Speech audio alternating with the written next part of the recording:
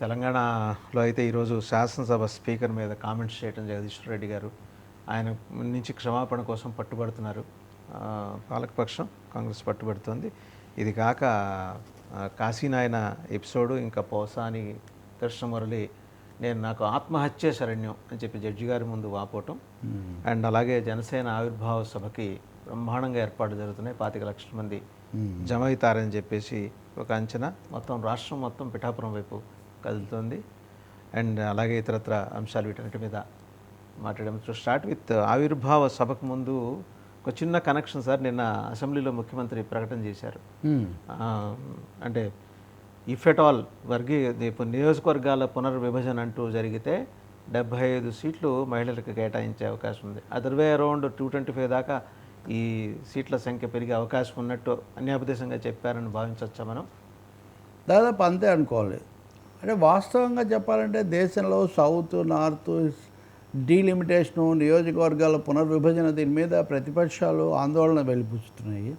అందులో మరీ ముఖ్యంగా దక్షిణాది రాష్ట్రాలకు నష్టం జరుగుతుంది. అది పార్లమెంట్ అనుకోండి, శాసనసభ, అలాగే జనాభాకు నిష్పత్తి ఎలా తీసుకుంటారన్న ప్రశ్న కూడా లేదు. ఇవేమీ తేలకుండా ఆంధ్రప్రదేశ్ శాసనసభలో స్థానాలు పెరగడం, అది కూడా ఏదో మహిళలకు తాయిలంలాగా చంద్రబాబు చెప్పడం అంటే he skipping the main issue and is posing it as a boon. అంటే ఒక విధంగా అది ఈ విధంగా ఎందుకు ఆయన సీనియర్ నాయకుడిగా నిన్న మీరు గమనిస్తే మొదటిసారిగా ఒక జాతీయ పార్టీ నుంచి జగన్మోహన్ రెడ్డికి ఒక ఆహ్వానం వచ్చింది. డిఎంకే వాళ్ళు వచ్చి పిలిచారు. ఏది అక్కడ జరిగే డీలిమిటేషన్, దీని మీద జరిగే చర్చకు. అలాగే రేవంత్ రెడ్డి తెలంగాణ ముఖ్యమంత్రిని కూడా పిలిచారు. సో సహజంగా సీనియర్ నాయకుడిగా చంద్రబాబు నాయుడు ఈ ప్రక్రియలో ముందుండాలి. పోనీ ఎన్డీఏలో భాగస్వామి అంటే నిశ్శబ్దంగా కూడా ఉండొచ్చు, కానీ అలా కాకుండా ఏదో అనుకూలమైన పరిణామం ఏదో జరగబోతుంది అన్నట్టు చిత్రించటం. రెండవది భాషా సమస్య మీద కూడా ఈ త్రిభాషా సూత్రం, 3 లాంగ్వేజ్ ఫార్ములాకు దక్షిణాదిన సహజంగా ఉన్నటువంటి, సహజంగా అంటే స్వభావ సిద్ధంగా హిందీ లేదు కాబట్టి మూడో భాష ఎట్లా అన్నది వీళ్ళు.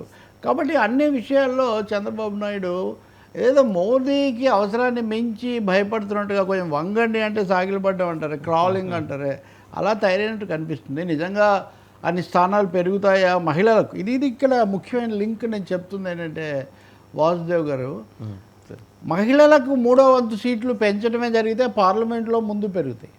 పార్లమెంట్లో పెరిగితే అప్పుడు అవి 800కి ఏదో పోతాయి. అప్పుడు మా స్థానాలు ఏమవుతాయని దక్షిణ భారతం చాలా చాలా ఆందోళన పడుతూ ఉంది.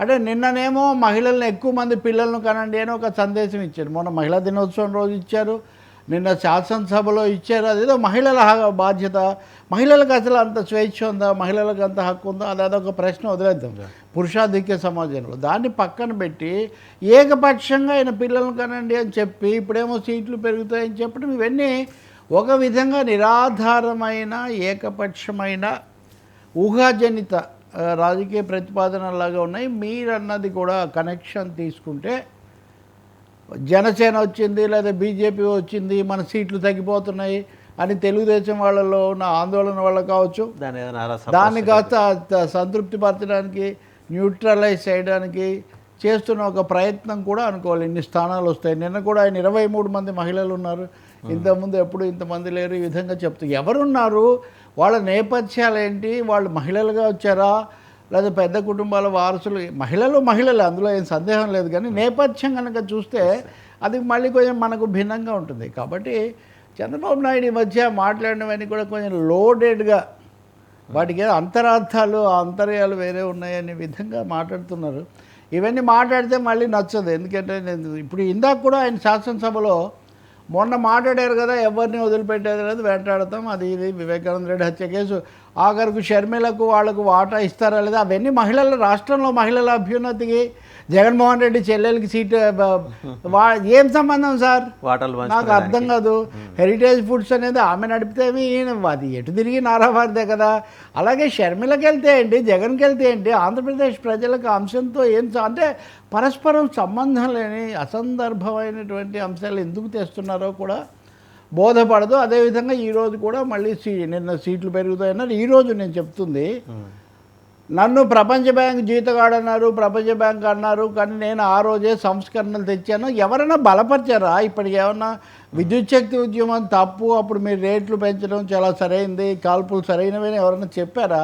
ఈ సెల్ఫ్ సర్టిఫికేట్ ఏంటో నాకైతే అర్థం కాదు. తప్పకుండా ఒక్క ఆంధ్రప్రదేశే కాదు, భారతదేశ వ్యాప్తంగా ప్రపంచవ్యాప్తంగా కూడా ఈ విద్యుత్ శక్తి ప్రైవేటీకరణ అనేది ఏ విధంగా నష్టదాయకంగా తయారైందని ఉద్యమాలు నడుస్తున్నాయి.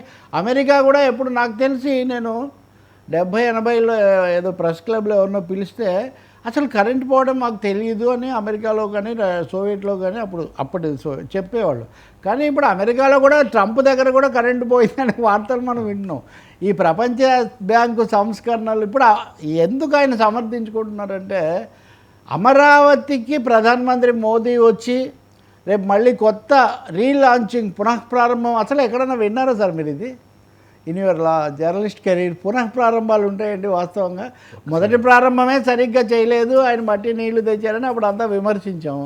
ఇప్పుడు ఆయన మళ్ళీ పిలిపిస్తున్నారు. కానీ నేను చెప్తుంది, ప్రధాని రావడానికి ముందే ప్రపంచ బ్యాంకు బృందం అమరావతిలో పర్యటిస్తుంది.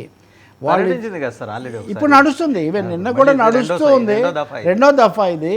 వాళ్ళు మేము ప్రతిదాన్ని మానిటర్ చేస్తాము, మీరు డబ్బులు మళ్ళీ తిరిగి ఎలా రాబడతారు అనేది మేము ప్రత్యక్షంగా చూస్తాము అంటున్నారు.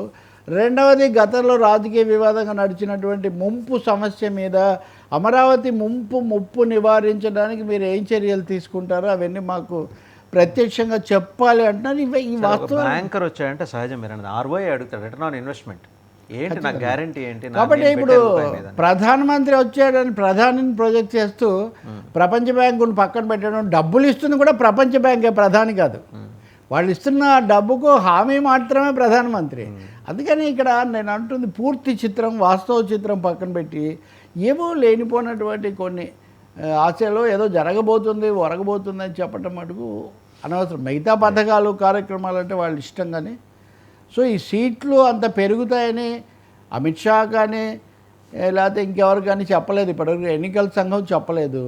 మరి ఈయన ఎందుకు, ఈయనకి ఏమన్నా ముందే ఆధారం ఉందా? ఉంటే పంచుకుంటే ఇండికేషన్ ఉందేమో సార్ ఢిల్లీ నుంచి. అంటే బిల్లు ఆమోదించింది కదా పార్లమెంట్, ఎప్పటి నుంచి వస్తుంది అనే విషయం పక్కన పెడితే, మూడో వంతు మహిళలకు ఇప్పుడున్న సీట్లు తగ్గిస్తే ఒప్పుకోరు కాబట్టి అదనంగా కలపండి అన్నది సూచన. పూర్తిగా ఒక హైపోథెటికల్ క్వశ్చన్ ఇది. ఒకవేళ అలాంటి ప్రతిపాదన నిజంగానే వచ్చి 2027 కల్లా ఈ మొత్తం ప్రక్రియ, మనం ఎప్పుడో సింగం బసవపున్నయ్య కమిటీ తర్వాత మళ్ళీ ఇంకెవరకు డీలిమిటేషన్ సంబంధించి ఏం జరగలా, మీకు తెలిసిందే. ఇప్పుడు ఎవరో ఇంకొకరిని పెట్టి చేస్తారు, వాళ్ళకి అనుకూలంగా ఉండేవాళ్ళని. 225 అసెంబ్లీ సెగ్మెంట్లో టీడీపీ వ్యూహం టీడీపీకి ఉంటుంది కదా, తాముకు బలంగా ఉండే నియోజకవర్గాలు రూపొందించు వాళ్ళకు ఉంటుంది. కానీ ప్రక్రియ అయితే బీజేపీ చేతిలో, కేంద్రంలో ఉంటుంది. రెండోది, తెలంగాణలో పెంచకుండా ఆంధ్రప్రదేశ్లో మాత్రమే పెంచడం సాధ్యం కూడా కాదు. ఎందుకంటే తెలంగాణ ఏమో చిన్నది 117 ఉన్నాయి, మాకు పెంచాలి అని వినోద్ కుమార్ లాంటి వాళ్ళు ఎప్పుడు అదే టాపిక్ మాట్లాడుతూ ఉంటారు. అందుకని ఇది ఒక ఫార్ఫెచ్డ్, ఒక మరీ కనుచూపు మేరలో లేని ఒక విషయం. చూద్దాం కేంద్రం ఏమన్నా చెప్తే అప్పుడు మనం ఆలోచించాలి. ఇప్పుడు ముందు మహిళలకు ఇవ్వాల్సిన అమ్మకు తల్లికి వందనము అట్లాంటి పథకాలు, ముఖ్యంగా బస్సులు, అది తెలంగాణలో మిగతా ఎలా ఉన్నా బస్సుల్లో మటుకు గేమ్ చేంజర్ అంటున్నారు. ఈ గేమ్ చేంజర్ ఇంకా ఏపీలో రాలేదు. ఒకసారి ముఖ్యమంత్రి నిన్న సభలో ఏమన్నారో చూసి నెక్స్ట్ టాపిక్లోకి వెళ్దాం సార్. చంద్రబాబు నాయుడు గారు నిన్న మాట్లాడుతూ మహిళా రిజర్వేషన్లకు సంబంధించి, ఈ రోజు దిశ 8% ప్రారంభమైనటువంటి రాజకీయ రిజర్వేషన్లు స్థానిక సంస్థల్లో నేను 95లో 33% చేశాను. ఇది ఈ రోజు 50% అయింది. దేశంలో మొన్నే బిల్లు పాస్ చేశారు, 33% రిజర్వేషన్లు. నెక్స్ట్ అసెంబ్లీకి వచ్చే లోపల డీలిమిటేషన్స్ అయిపోతే ఈ రిజర్వేషన్లు వస్తే 33% ఆడబిడ్డలు ఈ చట్టసభలో ఉంటారు. 70-75 మంది ఆ రిజర్వేషన్ ప్రకారం 1/3 ఉంటారు. మంత్రులు కూడా 1/3 ఉంటారు. ఇది శుభ పరిణామం అని చెప్పి కూడా అదే దీనికి ఆధారము అది కేంద్రం నుంచి రావాలి. ఇందాకన్నట్టు బిస్కెట్ వేశారు, ఒక చెప్తున్నారు ఆయన, అంతేగాని ఇప్పుడున్న తక్షణ సమస్యల నుంచి పక్కన పెట్టడానికి రేపు ఏదో వస్తుందంటే ఉపయోగం.